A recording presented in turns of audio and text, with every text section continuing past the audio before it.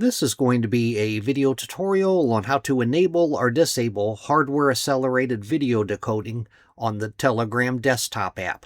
Let me jump over to Telegram here. I have the Telegram desktop app opened up now. I don't believe that this works on the mobile app. You could try it, but I don't believe the option is there on the mobile app. But on the desktop app, to enable or disable hardware-accelerated video decoding, you want to first open up Settings. I'm going to go off to the upper left-hand corner, up to the 3-bar hamburger menu. I'm going to click on that.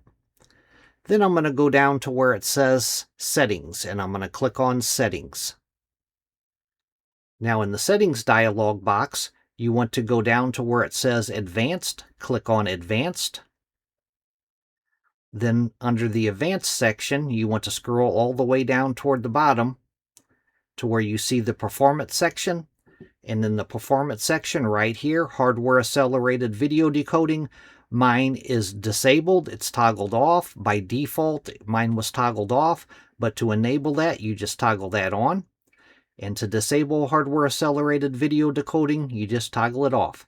That is how to enable or disable hardware-accelerated video decoding on the Telegram desktop app. Thanks for watching.